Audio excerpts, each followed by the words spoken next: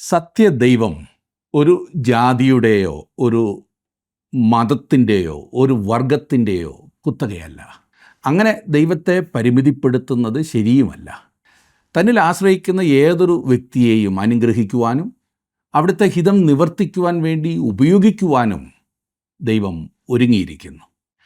Persian രാജാവായിരുന്ന കോരസിനെ ദൈവം തൻ്റെ ഹിതം നിവർത്തിക്കുവാൻ ഉപയോഗിച്ചതൊരു നല്ല ഉദാഹരണമാകുന്നു.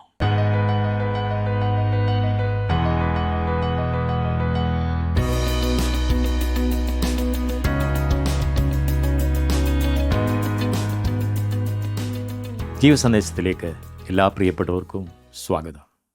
തൻ്റെ ജനമായ ഇസ്രയേലും അവരെ ഭരിച്ചിരുന്ന രാജാക്കന്മാരും പരാജയപ്പെട്ടിടത്ത് കോരേസ് എന്ന ജാതീയ രാജാവിനെ ജെറുസലേം പണിയുവാനും ദൈവമന്ദിരത്തിന് അടിസ്ഥാനമിടുവാനുമായി ദൈവം തിരഞ്ഞെടുക്കുന്ന കാഴ്ച ദൈവജനത്തിന് എരിവുണ്ടാക്കുവാൻ പര്യാപ്തമായ സംഗതിയാകുന്നു. ദൈവം തൻ്റെ ഉദ്ദേശങ്ങൾക്കും പദ്ധതികൾക്കുമായി സകലത്തെയും ഉപയോഗിക്കുന്നു എന്നുള്ളത് മനോഹരമായ കാഴ്ചയാകുന്നു. യെശയ്യാ പ്രവചനം 45, 46 അധ്യായങ്ങളിലേക്ക് നമ്മുടെ ശ്രദ്ധയെ തിരിക്കാം.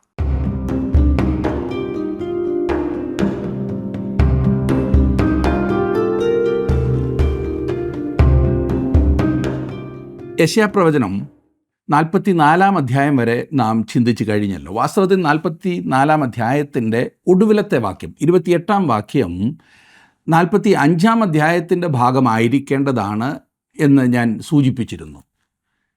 പേർഷ്യൻ രാജാവായിരുന്ന കോരസിനെ സംബന്ധിച്ച ശ്രദ്ധേയമായ ഒരു പ്രവചനമാണ് നമുക്കവിടെ കാണുവാൻ കഴിയുന്നത്.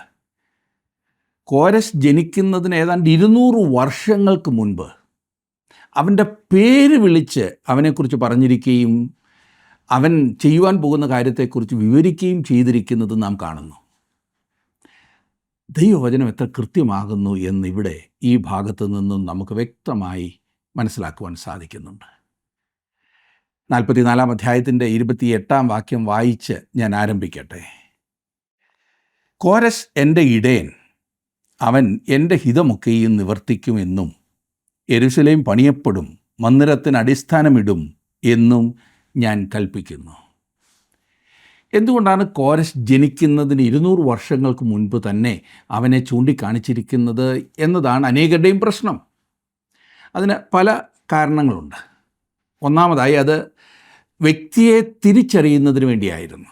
കോരസ് രംഗത്ത് പ്രത്യക്ഷപ്പെടുമ്പോൾ അവനെക്കുറിച്ച് യാതൊരുവിധ തെറ്റിദ്ധാരണയും ഉണ്ടായിരിക്കരുതായിരുന്നു. ഇസ്രായേൽ ജനങ്ങൾക്ക് അവരുടെ ദേശത്തേക്ക് മടങ്ങിപ്പോകാമെന്ന് വിളംബരം പുറപ്പെടുവിക്കുന്ന വ്യക്തി കോരസ് രാജാവായിരിക്കും. ദൈവത്തിൻ്റെ വെളിപ്പാടിനാൽ യെശയ്യാവ് കോരസിന് പേര് പറഞ്ഞ് വിളിച്ചിരിക്കുന്നതിൻ്റെ മറ്റൊരു കാരണം യെശയ്യാവിൻ്റെ പ്രവചനത്തിൻ്റെ കൃത്യത വെളിപ്പെടുത്തുക എന്നുള്ളതും കൂടിയാണ്. കോരസിനെ സംബന്ധിച്ചുള്ള യെശയ്യാവിൻ്റെ പ്രവചനം 200 വർഷത്തേക്ക് ശരിയാകുന്നു എങ്കിൽ 700 വർഷങ്ങൾക്ക് ശേഷം കന്യകയിൽ നിന്ന് ജനിക്കുവാനിരിക്കുന്ന ദൈവം നമ്മോടുകൂടെ എന്നർത്ഥമുള്ള ഇമ്മാനുവേലിനെക്കുറിച്ചുള്ള പ്രവചനവും കൃത്യമായിരിക്കും, ശരിയായിരിക്കും. അങ്ങനെ കാര്യവിവരമുള്ള ഇസ്രായേല്യർ ക്രിസ്തുവിൻ്റെ വരവിന് വേണ്ടി തയ്യാറായിരിക്കും. അതാണ് ഇവിടുത്തെ ഉദ്ദേശം. ദൈവം കോരസിനെ എൻ്റെ ഇടയൻ എന്നാണ് വിളിച്ചിരിക്കുന്നത്. ശ്രദ്ധിക്കുക, അവൻ എൻ്റെ ഹിതമൊക്കെയും നിവർത്തിക്കും എന്ന് പറഞ്ഞിരിക്കുന്നു. കോരസ് യെരൂശലേം വീണ്ടും പണിയുമെന്ന് 44 അധ്യായത്തിൻ്റെ 28 വാക്യത്തിൽ നാം വായിച്ചല്ലോ. വടക്കേ ദേശം, അതായത് ഇസ്രായേൽ 12 ഗോത്രങ്ങളിൽ 10 ഗോത്രങ്ങൾ അടങ്ങുന്ന വടക്കേ ദേശം പ്രവാസത്തിലേക്ക് പോയി കഴിഞ്ഞു. തെക്കേ ദേശമായ യഹൂദ അതും പ്രവാസത്തിലേക്ക് പിടിച്ചുകൊണ്ടു പോകുന്നതിന് ദൈവം അവസരം അവർക്ക് കൊടുക്കുകയാണ്. അവർ പിന്നീട് യെരൂശലേമിനെ നശിപ്പിക്കുന്നതിനും തെക്കേ ദേശമായ യഹൂദയെ പ്രവാസത്തിലേക്ക് കൊണ്ടുപോകുന്നതിനും ദൈവം ബാബേലിനെ ഉപയോഗപ്പെടുത്തി. ഇതിന് ദൈവം ഉപയോഗിച്ച ആളുകൾ ദുഷ്ടന്മാരായിരുന്നു എന്നത് ഒരു വാസ്തവമാണ്. അവർ ചെയ്തതിന് ദൈവം അവരെ ശിക്ഷിക്കുകയും ചെയ്തു. എന്നാൽ കോരസിൻ്റെ കാര്യം വ്യത്യസ്തമാണ്. ദൈവം അവനെ എൻ്റെ ഇടയൻ എന്നാണ് വിളിച്ചിരിക്കുന്നത്. എന്നിട്ട് പറയുകയാണ്, അവൻ എൻ്റെ ഹിതമൊക്കെയും നിവർത്തിക്കും എന്ന്. കോരശിനെ ദൈവം തൻ്റെ ഇഷ്ടം നിവർത്തിക്കുന്നതിനു വേണ്ടി ഉപയോഗിച്ചു. ദൈവത്തിൻ്റെ താല്പര്യങ്ങൾ കോരശ് നിവർത്തിച്ചു. സെൻഹെരീബും നെബുക്കനേസറും ഇസ്രായേലിനെയും യഹൂദയെയും പ്രവാസത്തിലേക്ക് കൊണ്ടുപോകുക എന്ന ദൈവോദ്ദേശം നിവർത്തിച്ചു. എന്നാൽ കോരശാകട്ടെ ദൈവത്തിൻ്റെ ഹിതം നിവർത്തിച്ചു എന്നിവിടെ പറയുന്നു. അവൻ നിവർത്തിക്കുവാൻ പോകുന്നു എന്ന അർത്ഥത്തിലാണ് ഞാൻ ഉദ്ദേശിച്ചത്.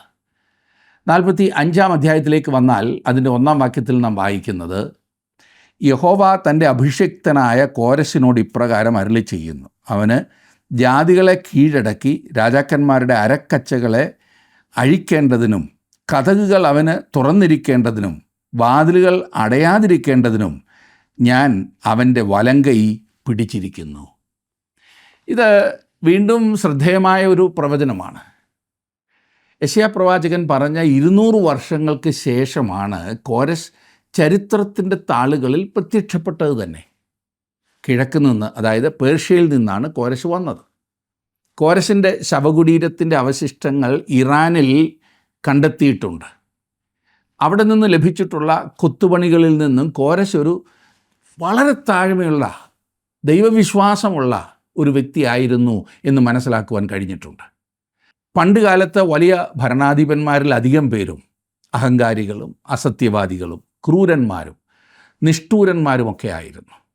അവർ വെച്ചിട്ടുപോയ രേഖകളിൽ അവരുടെ മഹത്വം വെളിപ്പെടുത്തുന്നു, എന്നാൽ അവ വിശ്വസിക്കുവാൻ പ്രയാസമുള്ളവയാണ്. എന്നാൽ കോരശിൻ്റെ കാര്യം വിഭിന്നമായിരുന്നു. അവൻ വലിയ അവകാശവാദങ്ങളൊന്നും തന്നെ നടത്തിയില്ല. അവൻ അഹങ്കാരിയല്ലായിരുന്നു. എന്നിട്ടും കോരശ് ലോകത്തെ കീഴടക്കി. ദൈവം കോരശിനെ തൻ്റെ അഭിഷിക്തൻ എന്ന് വിളിച്ചിരിക്കുന്നതൊന്ന് ശ്രദ്ധിക്കുക. കർത്താവായ യേശുക്രിസ്തുവിന് മാത്രം അനുയോജ്യമായ നാമമാണ് അത്. ദൈവം ആ വിധത്തിലുള്ള പേര് കോരശിന് നൽകിയത് എന്തുകൊണ്ടാണ്? അവൻ ദൈവഹിതം നിവർത്തിക്കുകയും ഇസ്രായേൽ ജനത്തെ പ്രവാസത്തിൽ നിന്നും വിടുവിക്കുകയും അവരെ വാഗ്ദത്ത നാട്ടിലേക്ക് മടങ്ങിപ്പോകുന്നതിന് അനുവദിക്കുകയും ചെയ്തതാണ് അതിൻ്റെ കാരണം. കൂടാതെ മടങ്ങിപ്പോകുവാൻ താല്പര്യപ്പെടാത്തവരെ മടങ്ങിപ്പോകുന്നവരുടെ കൈവശം സ്വർണം, വെള്ളി, വിലയേറിയ സാധനങ്ങൾ ഇവയൊക്കെ കൊടുത്തയക്കാൻ കോരശ് പ്രോത്സാഹിപ്പിച്ചു. ഒരു വിധത്തിൽ പറഞ്ഞാൽ കോരശ് ഇസ്രായേലിൻ്റെ ഒരു ജാതീയ മശിഹ തന്നെ ആയിരുന്നു എന്ന് വേണമെങ്കിൽ പറയാം. വരുവാനുള്ള മശിഹയുടെ അവ്യക്തമായ ഒരു നിഴലായിരുന്നു കോരശ്. ഇവിടെ നാം വായിച്ചു, കതകുകൾ അവന് തുറന്നിരിക്കേണ്ടതിനും. ഇസ്രായേൽ ജനം പലസ്തീനിലേക്ക് മടങ്ങിപ്പോകാതെ അടച്ചു സൂക്ഷിച്ചിരുന്ന ബാബേലിലെ അനവധിയായ കതകുകളെയാണ് ഇവിടെ സൂചിപ്പിക്കുന്നത്. കോരശ് ആ കതകുകൾ തുറക്കുകയും ഇസ്രായേല്യർക്ക് വെളിയിൽ പോകാമെന്ന് പറയുകയും ചെയ്തു. അവരുടെ സ്വദേശത്തേക്ക് മടങ്ങിപ്പോകുന്നതിന് അവർക്ക് സ്വാതന്ത്ര്യമുണ്ടായിരുന്നു. ദൈവം പറയുന്നത് 2-ാം വാക്യത്തിൽ, ഞാൻ കോരശിന് മുമ്പായി ചെന്ന് ദുർഘടങ്ങളെ നിരപ്പാക്കുകയും താമ്രവാതിലുകളെ തകർത്ത് ഇരുമ്പോടാമ്പലുകളെ ഖണ്ഡിച്ചു കളയുകയും ചെയ്യും എന്നാണ്. തുടർന്ന് കോരശിനെക്കുറിച്ച് ദൈവം ഇപ്രകാരം പറയുന്നു. 3-ഉം 4-ഉം വാക്യങ്ങൾ ഞാൻ വായിക്കട്ടെ. നിന്നെ പേർ ചൊല്ലി വിളിക്കുന്ന ഞാൻ യഹോവ, ഇസ്രായേലിൻ്റെ ദൈവം തന്നെ എന്ന് നീ അറിയേണ്ടതിന് ഞാൻ നിനക്ക് ഇരുട്ടിലെ നിക്ഷേപങ്ങളെയും മറവിടങ്ങളിലെ ഗുപ്തനിധികളെയും തരും. എൻ്റെ ദാസനായ യാക്കോബ് നിമിത്തവും എൻ്റെ വൃതനായ ഇസ്രായേൽ നിമിത്തവും ഞാൻ നിന്നെ പേർ ചൊല്ലി വിളിച്ചിരിക്കുന്നു. നീ എന്നെ അറിയാതെ ഇരിക്കെ ഞാൻ നിന്നെ ഓമനപ്പേർ ചൊല്ലി വിളിച്ചിരിക്കുന്നു. എത്ര മനോഹരമായിരിക്കുന്നല്ലേ? ബാബേൽ രാജാക്കന്മാരെല്ലാം അവർ രാജ്യങ്ങളിൽ കൂടൊക്കെ ചെന്ന്, പ്രത്യേകിച്ച് യെരുശലേമിൽ നിന്നും യുദ്ധത്തിൽ കൊള്ളയായി കൊണ്ടുപോയ ബാബേലിലെ നിക്ഷേപങ്ങൾ, ആ നിധികൾ മുഴുവൻ കോരശിന് ലഭിച്ചു. 5-ാം വാക്യത്തിൽ നാം കാണുന്നത്, ഞാൻ യഹോവയാകുന്നു, മറ്റൊരുത്തനുമില്ല, ഞാനല്ലാതെ ഒരു ദൈവവുമില്ല. നീ എന്നെ അറിയാതെ ഇരിക്കെ ഞാൻ നിൻ്റെ അര മുറുക്കിയിരിക്കുന്നു. കോരശ് യഹോവയെ അറിയുന്നതിന് മുമ്പ് തന്നെ ദൈവം അവനെ തിരഞ്ഞെടുത്തു. കോരശ് ജീവനുള്ള സത്യദൈവത്തെ അറിയുവാൻ ഇടയായി എന്ന് കരുതാവുന്നതാണ്.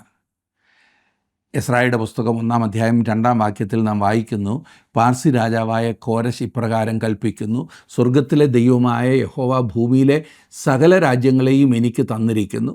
യഹൂദയിലെ യെരുശലേമിൽ അവനൊരു ആലയം പണിയുവാൻ എന്നോട് കൽപ്പിച്ചിരിക്കുന്നു. ഇനിയും യെശയ്യാപ്രവചനം 45-ാം അധ്യായത്തിൻ്റെ 7-ാം വാക്യത്തിൽ നാം കാണുന്നത്, 7-ാം വാക്യം, ഞാൻ പ്രകാശത്തെ നിർമ്മിക്കുന്നു, അന്ധകാരത്തെയും സൃഷ്ടിക്കുന്നു. ഞാൻ നന്മയെ ഉണ്ടാക്കുന്നു, തിന്മയെയും സൃഷ്ടിക്കുന്നു. യഹോവയായ ഞാൻ ഇതൊക്കെയും ചെയ്യുന്നു. ഈ ഭാഗത്ത് പ്രപഞ്ചത്തിൻ്റെ സൃഷ്ടിപ്പിനെക്കുറിച്ചാണ് പറഞ്ഞിരിക്കുന്നത്. പേർഷ്യയിൽ ആരംഭിച്ച സൊറാസ്ട്രനിസം പഠിപ്പിക്കുന്നത് പ്രകാശത്തിൻ്റെ ദേവൻ മസ്ത ആകുന്നു എന്നാണ്. എന്നാൽ ജീവനുള്ള ദൈവം പറയുന്നത്, ഞാൻ പ്രകാശത്തെ നിർമ്മിക്കുന്നു, പ്രകാശമൊരു ദേവനല്ല എന്നാണ് ജീവനുള്ള ദൈവം പറയുന്നത്. ഈ പേർഷ്യക്കാർ സത്യത്തോട് വളരെ അടുത്തു വന്നിരുന്നു. വിഗ്രഹാരാധനയുടെ മധ്യത്തിൽ അവർ എന്തുകൊണ്ടാണ് ഏകദൈവത്തെ വിശ്വസിക്കുന്നത് എന്ന് പലരും അത്ഭുതപ്പെടാറുണ്ട്. അവർ ഇസ്രായേൽ ജാതിയുടെ അടുത്തായിരുന്നതിനാൽ അവരുമായി സമ്പർക്കത്തിൽ വരുവാൻ ഇടയായി എന്ന കാര്യം നാം ഓർക്കണം. ഇസ്രായേൽ ലോകത്തിനൊരു സാക്ഷ്യമായിരുന്നു. സൊറാസ്ട്രനിയസത്തിൽ ഇരുട്ടിന് അഭ്രിമാൻ എന്നാണ് വിളിച്ചിരുന്നത്. അഭ്രിമാൻ, തിന്മയുടെ ദേവൻ എന്നർത്ഥം. ഇരുട്ടിനെ വിളിച്ചിരുന്നത് തിന്മയുടെ ദേവൻ എന്നായിരുന്നു. അന്ധകാരത്തെ സൃഷ്ടിച്ചതിൻ്റെ ഉത്തരവാദിത്വവും ദൈവം എടുക്കുന്നതായി നാം ഈ വായിച്ച ഭാഗത്ത് നമുക്ക് കാണുവാൻ കഴിയുന്നുണ്ട്. ഞാൻ തിന്മയെയും സൃഷ്ടിക്കുന്നു എന്നാണ് ഇവിടെ പറഞ്ഞിരിക്കുന്നത്. ഇവിടെ തിന്മ എന്ന വാക്കിന് ദുഷ്ടത എന്ന അർത്ഥമല്ല, പിന്നെയോ ദുഃഖം, കഷ്ടത, പ്രയാസങ്ങൾ. തിന്മയുടെ അല്ലെങ്കിൽ പാപത്തിൻ്റെ ഫലമായിട്ടുള്ളവാകുന്ന കാര്യങ്ങളെയാണ് ഇവിടെ തിന്മ എന്നതുകൊണ്ട് ഉദ്ദേശിച്ചിരിക്കുന്നത്. അല്ലാതെ ദൈവം ദുഷ്ടത സൃഷ്ടിച്ചു എന്നല്ല. പാപത്തിൻ്റെ ശമ്പളം മരണമാകുന്നു എന്ന് പറഞ്ഞിരിക്കുന്നതിൻ്റെ പഴയ നിയമ രൂപമാണ് ഈ പറയുന്ന തിന്മ. നിങ്ങൾ പാപത്തിൽ തുടരുന്നു എങ്കിൽ അതിന് കൂലി കിട്ടുന്ന ഒരു ദിവസമുണ്ട് എന്നർത്ഥം. അത് പൂർണ്ണമായ കൂലി തരികയും ചെയ്യും. പ്രവാചകനിൽ കൂടി ദൈവം പറയുന്നതാണ്, ദൈവം വച്ചിരിക്കുന്ന അതിർവരമ്പുകൾ ലംഘിക്കുമ്പോൾ നിങ്ങൾക്കൊരു ന്യായാധിപനോ ഒരു കൊലമരമോ ആവശ്യമില്ല. ദൈവം തന്നെ ആ കാര്യം നോക്കിക്കൊള്ളും. ആ വിധത്തിലാണ് ദൈവം ഈ പ്രപഞ്ചത്തെ സൃഷ്ടിച്ചിരിക്കുന്നത് തന്നെ. താനാണ് പ്രകാശത്തെയും ഇരുട്ടിനെയും സൃഷ്ടിച്ചത് എന്ന് ദൈവം പറയുന്നു. പ്രകാശദേവനെ ആരാധിച്ചിരുന്നവർക്ക് ഉത്തരമായിട്ടാണ് ദൈവം ഇപ്രകാരം പറഞ്ഞിരിക്കുന്നത്. പ്രകാശമൊരു ദേവനല്ല, പിന്നെയോ ഞാനാണ് അതിനെ സൃഷ്ടിച്ചത് എന്ന് നിങ്ങൾ അറിയണം എന്ന് ഞാൻ ആഗ്രഹിക്കുന്നു എന്നത്ര ജീവനുള്ള സത്യദൈവം പറയുന്നത്. 9-ാം വാക്യത്തിൽ നാം വായിക്കുന്നത്, നിലത്തിലെ കലനുറുക്കുകളുടെ ഇടയിൽ ഒരു കലനുറുക്കായിരിക്കെ തന്നെ നിർമ്മിച്ചവനോട് തർക്കിക്കുന്നവൻ അയ്യോ കഷ്ടം. മനയുന്നവനോട് കളിമണ്ണ് നീ എന്തുണ്ടാക്കുന്നു എന്നും കൈപ്പണി അവന് കൈയില്ല എന്നും പറയുമോ? എന്തുകൊണ്ട് ദൈവത്തോട് നിങ്ങൾ ഒരു മത്സരം നടത്തണം, ഒരു പോരാട്ടം നടത്തണം? എന്തായാലും നിങ്ങൾ മാത്രമേ പരാജയപ്പെടുകയുള്ളൂ. ദൈവം പറയുകയാണ്, എന്നോട് കളിക്കരുത്. നമ്മുടെ ഭാഷയിൽ പറഞ്ഞാൽ, എന്നോട് തർക്കിക്കുവാൻ നിൽക്കരുത്, എന്നോട് പോരാട്ടം നടത്താമെന്ന് നീ കരുതരുത്. നിൻ്റെ കേസ് കോടതിക്ക് വെളിയിൽ രമ്യപ്പെടുത്തുക എന്നാണ് ദൈവം പറയുന്നത്. വരുവീൻ, നമുക്ക് തമ്മിൽ വാദിക്കാമെന്ന് യഹോവ അരുളി ചെയ്യുന്നു. നിങ്ങളുടെ പാപങ്ങൾ കടുംചുവപ്പായിരുന്നാലും ഹിമം പോലെ വെളുക്കും, രക്താംബരം പോലെ ചുവപ്പായിരുന്നാലും പഞ്ഞി പോലെ ആയിത്തീരുമെന്ന് 1-ാം അധ്യായത്തിൻ്റെ 18-ാം വാക്യത്തിൽ നാം വായിച്ചതാണ്. എന്നെ ശ്രദ്ധിക്കുന്ന പ്രിയ സുഹൃത്തേ, താങ്കൾ ദൈവത്തോട് ഒരിക്കലും കളിയായി ഇടപെടരുത്. ദൈവം സകലവും മുൻകൂട്ടി അറിയുന്ന സർവജ്ഞാനിയായ സർവശക്തനായ ദൈവമാണ്. എന്നാൽ നമുക്കങ്ങനെ എല്ലാം അറിഞ്ഞുകൂടാ. 12-ാം വാക്യം ഞാൻ വായിക്കട്ടെ. 12-ാം വാക്യം, ഞാൻ ഭൂമിയെ ഉണ്ടാക്കി, അതിൽ മനുഷ്യനെയും സൃഷ്ടിച്ചു. എൻ്റെ കൈ തന്നെ ആകാശത്തെ വിരിച്ച് അതിലെ സകല സൈന്യത്തെയും ഞാൻ കൽപ്പിച്ചാക്കിയിരിക്കുന്നു. താൻ ആകാശത്തെ വിരിച്ചു എന്ന് ദൈവം പറഞ്ഞിരിക്കുന്നത് ശ്രദ്ധേയമായ ഒരു കാര്യമാണ്. അപ്രകാരമാണ് ദൈവം അതിനെ വച്ചിരിക്കുന്നത്. ഒന്നുമില്ലായ്മയിൽ നിന്ന് ദൈവം സകലത്തെയും ഉണ്ടാക്കിയത് എങ്ങനെയാകുന്നു എന്ന് നമുക്ക് പറഞ്ഞു തന്നിട്ടില്ല. ഒന്നുമില്ലായ്മ എങ്ങനെയാണ് ഉള്ളതായിത്തീരുന്നത് നമുക്കറിയില്ല. ദൈവത്തിന് മാത്രമേ അതിന് ന്യായമായ ഉത്തരം പറയുവാൻ കഴിയൂ. ദൈവം പറയുന്നു, ഞാൻ അതിനെ സൃഷ്ടിച്ചു എന്ന്. തൻ്റെ വചനത്താൽ ദൈവം ഈ പ്രപഞ്ചത്തെ സൃഷ്ടിച്ചു. തൻ്റെ വചനത്തിൽ ദൈവം നൽകിയിരിക്കുന്ന ഉത്തരത്തേക്കാൾ മെച്ചമായ ഉത്തരം നമ്മുടെ ആരുടെയും പക്കലില്ല. ഉണ്ടോ? ഇല്ല. 17-ാം വാക്യം നോക്കിക്കാട്ടെ. ഇസ്രായേലോ യഹോവയാൽ നിത്യരക്ഷയായി രക്ഷിക്കപ്പെടും. നിങ്ങൾ ഒരു നാളും ലജ്ജിക്കയില്ല, അമ്പരന്ന് പോകുകയും ഇല്ല. ഇസ്രായേൽ എന്നേക്കും തുടരും എന്നാണ് ഇവിടെ പറഞ്ഞിരിക്കുന്നത്. ശ്രദ്ധിച്ചോ? ഈ കാര്യം നാം ഒരിക്കലും മറക്കരുതെന്ന് ദൈവം ആഗ്രഹിക്കുന്നു. ഇസ്രായേലിനോടുള്ള ദൈവത്തിൻ്റെ പ്രവർത്തനം അവസാനിച്ചിട്ടില്ല എന്ന് ഇത് വ്യക്തമാക്കുന്നു. ഇസ്രായേലിൻ്റെ രക്ഷ നിത്യരക്ഷ എന്നാണ് പറഞ്ഞിരിക്കുന്നത്. നീ ന്യായം വിധിക്കപ്പെടുവാൻ പോകുന്നു, നിങ്ങൾ ബാബേലിലേക്ക് പോകും, എന്നാൽ നിങ്ങൾ ദേശത്തേക്ക് മടങ്ങി വരും. നിങ്ങളുടെ ഹൃദയത്തിൽ ഇന്നും ശത്രുതയാണുള്ളത്, എന്നാൽ അന്ത്യത്തിൽ ഞാൻ നിങ്ങളെ രക്ഷിക്കുവാൻ പോകുന്നു എന്നാണ് ദൈവം പറയുന്നത്. വീണ്ടും ദൈവം അവർക്കൊരു ആഹ്വാനം നൽകുന്നു. അത് അന്നെല്ലാവർക്കും തുറന്നു കിടന്നിരുന്ന ആഹ്വാനമായിരുന്നു. ഇന്നത് എല്ലാവർക്കുമായി തുറന്നു കിടക്കുന്ന ആഹ്വാനവുമാണ്. 22-ാം വാക്യം. സകല ഭൂസീമാവാസികളുമായുള്ളവരെ എങ്കിലേക്ക് തിരിഞ്ഞ് രക്ഷപ്പെടുവിൻ, ഞാനല്ലാതെ വേറൊരു ദൈവവും ഇല്ലല്ലോ. സുപ്രസിദ്ധ ക്രിസ്തീയ പ്രസംഗകനായിരുന്ന ചാൾസ് സ്പർജൻ്റെ മാനസാന്തരത്തിന് മുഖാന്തരമായി ഈ വാക്യം പറയാറുണ്ട്. ഒരു വിദ്യാഭ്യാസവുമില്ലാത്ത ഒരാൾ ഈ വാക്യം ഉപയോഗിച്ചതായിരുന്നു അതിൻ്റെ മുഖാന്തരം. സംഭവം ഇങ്ങനെയാണ്. ഒരു പള്ളിയിലെ കപ്പ്യാർ ഒരു ഞായറാഴ്ച ദിവസം രാവിലെ സ്പർജൻ പള്ളിയിലേക്ക് പോവുകയായിരുന്ന സമയത്ത്, ഈ പറയുന്ന ദിവസം ലണ്ടൻ പട്ടണത്തിൽ കനത്ത ഹിമകാറ്റുണ്ടായി. സ്പർജന് തൻ്റെ പള്ളിയിൽ ചെന്നെത്തുവാൻ കഴിയാഞ്ഞതുകൊണ്ട് വഴിയിൽ കണ്ട ഒരു ചെറിയ പള്ളിയിൽ കയറി. ഈ കാറ്റിൽ നിന്ന് രക്ഷപ്പെടാനായിട്ടാണ് കയറിയത്, ആരാധിക്കാനല്ല.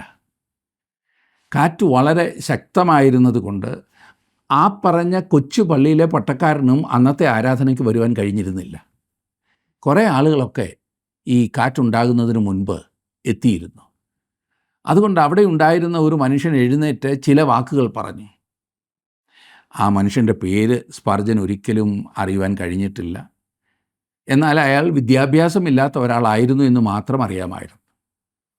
അയാൾ തൻ്റെ പ്രസംഗത്തിന് ആധാരമായി ഈ യെശയ്യാപ്രവചനം 45-ാം അധ്യായം 22-ാം വാക്യം തിരഞ്ഞെടുത്തു. ഇടിയും മിന്നലും ശക്തമായിരുന്ന ആ സമയം ഇടയ്ക്കിടെ അയാൾ ഇങ്ങനെ പറഞ്ഞു, എങ്കിലേക്ക് നോക്കി രക്ഷപ്പെടുവീൻ എന്ന്. ഈ വാക്യത്തിൽ അതാണല്ലോ പറയുന്നത്. തുടർന്ന് ആ വാക്യത്തെക്കുറിച്ച് അയാൾ സംസാരിക്കുവാൻ തുടങ്ങി. പ്രത്യേകിച്ചൊന്നും പറയുവാൻ അയാൾക്കറിയില്ലായിരുന്നു. നീ അവങ്കിലേക്ക് നോക്കി രക്ഷപ്പെടണമെന്ന് ദൈവം നിന്നെക്കുറിച്ച് ആഗ്രഹിക്കുന്നു. പിന്നീട് അധികമൊന്നും സംസാരിക്കാൻ അയാൾക്ക് അറിഞ്ഞുകൂടായിരുന്നു. ഈ വാക്യത്തെക്കുറിച്ച് അയാൾക്ക് പറയാവുന്നതെല്ലാം പറഞ്ഞു കഴിഞ്ഞിരുന്നു. അതുകൊണ്ട് വീണ്ടും അയാൾ പ്രസംഗപീഠത്തിൽ ഇടിച്ച് ശബ്ദമുണ്ടാക്കിക്കൊണ്ട് ഇപ്രകാരം പറഞ്ഞു, സകല ഭൂസീമാവാസികളുമായുള്ളവരെ എങ്കിലേക്ക് നോക്കി രക്ഷപ്പെടുവേൻ. ആൾക്കൂട്ടത്തിൻ്റെ പുറകുഭാഗത്ത് അയാൾ നോക്കി. അവിടെ നിരാശനായിരിക്കുന്ന ഒരു യുവാവ്. അയാൾ ആ യുവാവിനോട് ഇപ്രകാരം പറഞ്ഞു, നീ യേശുവിങ്കിലേക്ക് നോക്കുക യുവാവേ, നീ രക്ഷിക്കപ്പെടും. അത് സ്പർജനായിരുന്നു. സ്പർജൻ വളരെ ബുദ്ധിശാലിയായ മനുഷ്യനായിരുന്നു. എന്നാൽ ഈ പഠിപ്പില്ലാത്ത മനുഷ്യൻ പറഞ്ഞ കാര്യം അവൻ ചെയ്തു. അവൻ യേശുവിങ്കിലേക്ക് നോക്കി രക്ഷപ്രാപിച്ചു. അങ്ങനെ ക്രിസ്തീയ ചരിത്രത്തിലെ ഏറ്റവും പ്രഗത്ഭനായ ഒരു പ്രസംഗകനെ സഭയ്ക്ക് ലഭിച്ചു. നോക്കണേ എങ്ങനെയാണ് ഒരു വ്യക്തിയുടെ ജീവിതം രൂപാന്തരപ്പെടുന്നത് എന്ന്. ഇനി 46-ാം അധ്യായത്തിലേക്ക് ഞാൻ പ്രവേശിക്കുകയാണ്. ചില കാര്യങ്ങൾ അവിടെ നിന്നും കൂടി നമുക്ക് ചിന്തിക്കാം.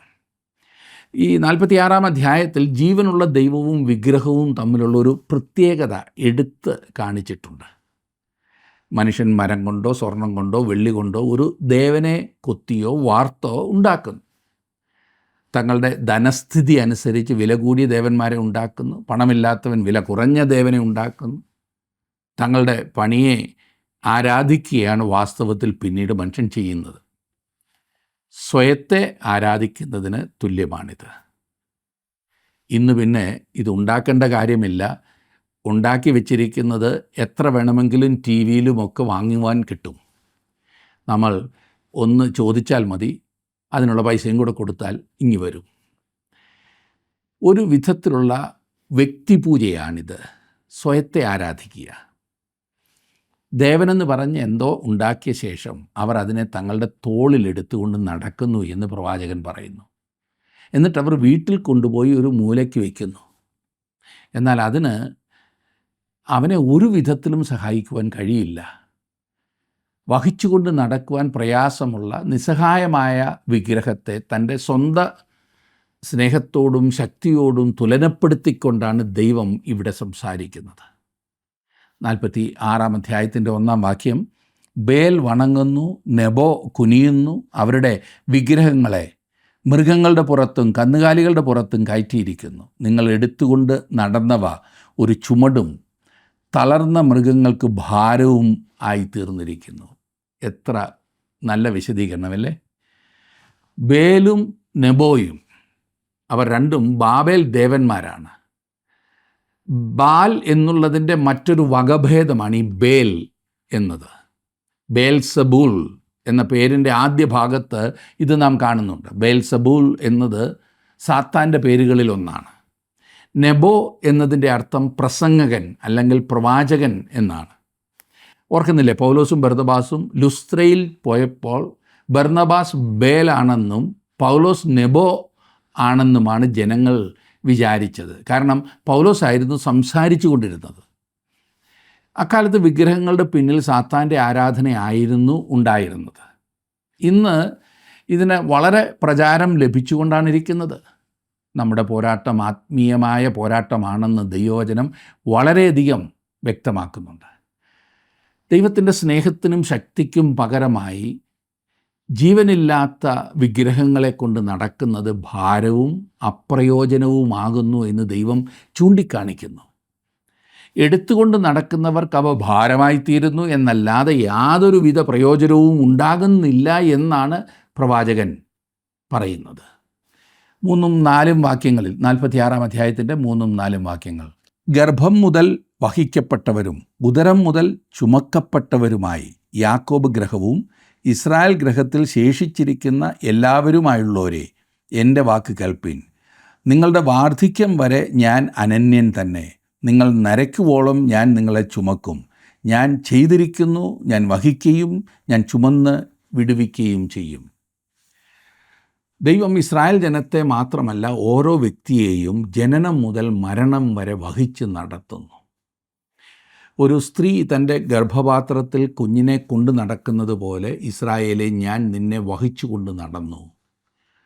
ഇതാണ് ദൈവം പറയുന്നത്. അതുമാത്രമല്ല, യഥാർത്ഥമായ കാര്യങ്ങളും തെറ്റായ കാര്യങ്ങളും തമ്മിലുള്ള വ്യത്യാസവും ഇത് തന്നെയാണ്. ഞാനൊരു ചോദ്യം ചോദിക്കട്ടെ. നിങ്ങളുടെ മതം നിങ്ങളെ വഹിച്ചുകൊണ്ട് നടക്കുകയാണോ, അതോ നിങ്ങൾ നിങ്ങളുടെ മതത്തെ വഹിച്ചുകൊണ്ട് നടക്കുകയാണോ ചെയ്യുന്നത്? ദൈവം നമ്മുടെ പാപങ്ങൾ വഹിക്കുന്നു. യെശയ്യാപ്രവചനം 53-ാം അധ്യായത്തിൻ്റെ 4-ാം വാക്യത്തിൽ നാം വായിക്കുന്നത്, സാക്ഷാൽ നമ്മുടെ രോഗങ്ങളെ അവൻ വഹിച്ചു, നമ്മുടെ വേദനകളെ അവൻ ചുമന്നു എന്നത്രേ. അവിടുന്ന് നമ്മുടെ ആകുല ചിന്തകളും ഭാരങ്ങളും വഹിക്കുന്നവനാണ്. പത്രോസിൻ്റെ 1-ാം ലേഖനം 5-ാം അധ്യായത്തിൻ്റെ 7-ാം വാക്യത്തിൽ നാം വായിക്കുന്നു, അവൻ നിങ്ങൾക്കായി കരുതുന്നതാകയാൽ നിങ്ങളുടെ സകല ചിന്താകുലവും അവൻ്റെ മേൽ ഇട്ടുകൊള്ളുക എന്ന്. ദൈവം നമ്മെ ഇന്ന് വഹിക്കുന്നു.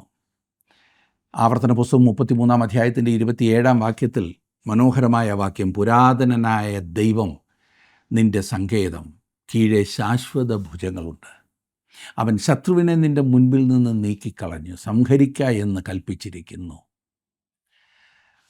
തുടർന്ന് വിഗ്രഹാരാധനയെക്കുറിച്ച് പ്രവാചകൻ എപ്രകാരമാകുന്നു സംസാരിക്കുന്നത് എന്ന് ശ്രദ്ധിച്ചാലും, ഞാൻ 5-ാം വാക്യം വായിക്കാം. 46-ാം അധ്യായത്തിൻ്റെ 5-ാം വാക്യം, നിങ്ങൾ എന്നെ ആരോട് ഉപമിച്ചു സദൃശമാക്കും? തമ്മിൽ ഒത്തുവരത്തക്കവണ്ണം എന്നെ ആരോട് തുല്യമാക്കും?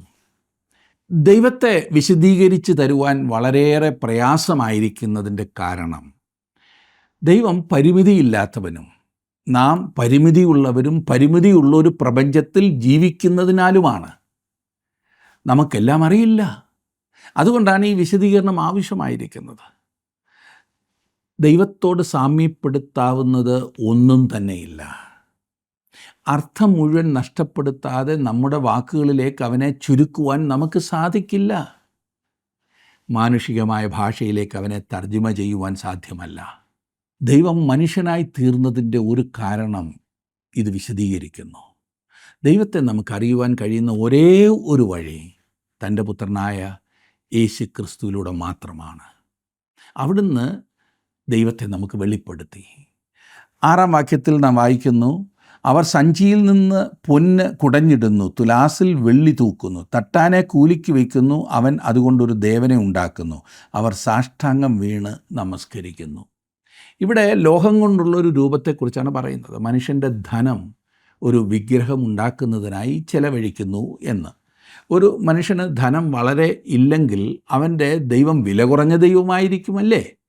അവൻ ധനവാനാണെങ്കിൽ അവൻ്റെ ദൈവം മോടിയുള്ളതായിരിക്കും. മനുഷ്യൻ സ്വന്തം കൈവേലയെ ആരാധിക്കുന്നതിനാലാണ് അത് ഇങ്ങനെ സംഭവിക്കുന്നത്. ആയത് സ്വയത്തെ ആരാധിക്കുകയാണ്. അതത്രേ മാനവികത എന്ന സിദ്ധാന്തം. ഓർക്കണം. 7-ാം വാക്യത്തിൽ ശരിക്കുമുള്ള പരീക്ഷണം നാം കാണുന്നു.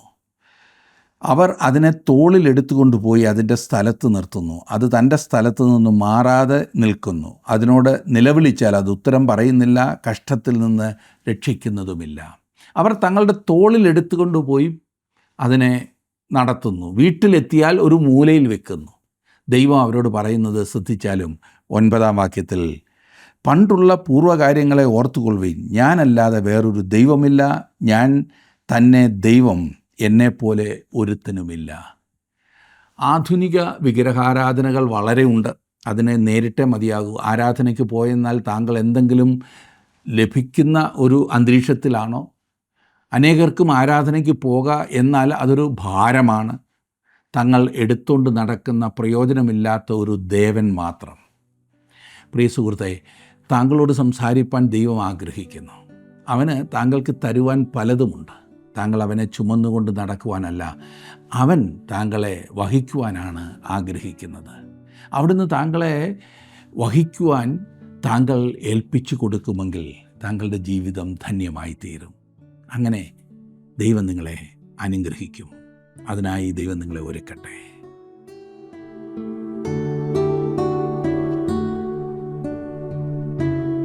യേശുക്രിസ്തു ഇന്നലെയും ഇന്നും എന്നേക്കും അനന്യനാകുന്നു.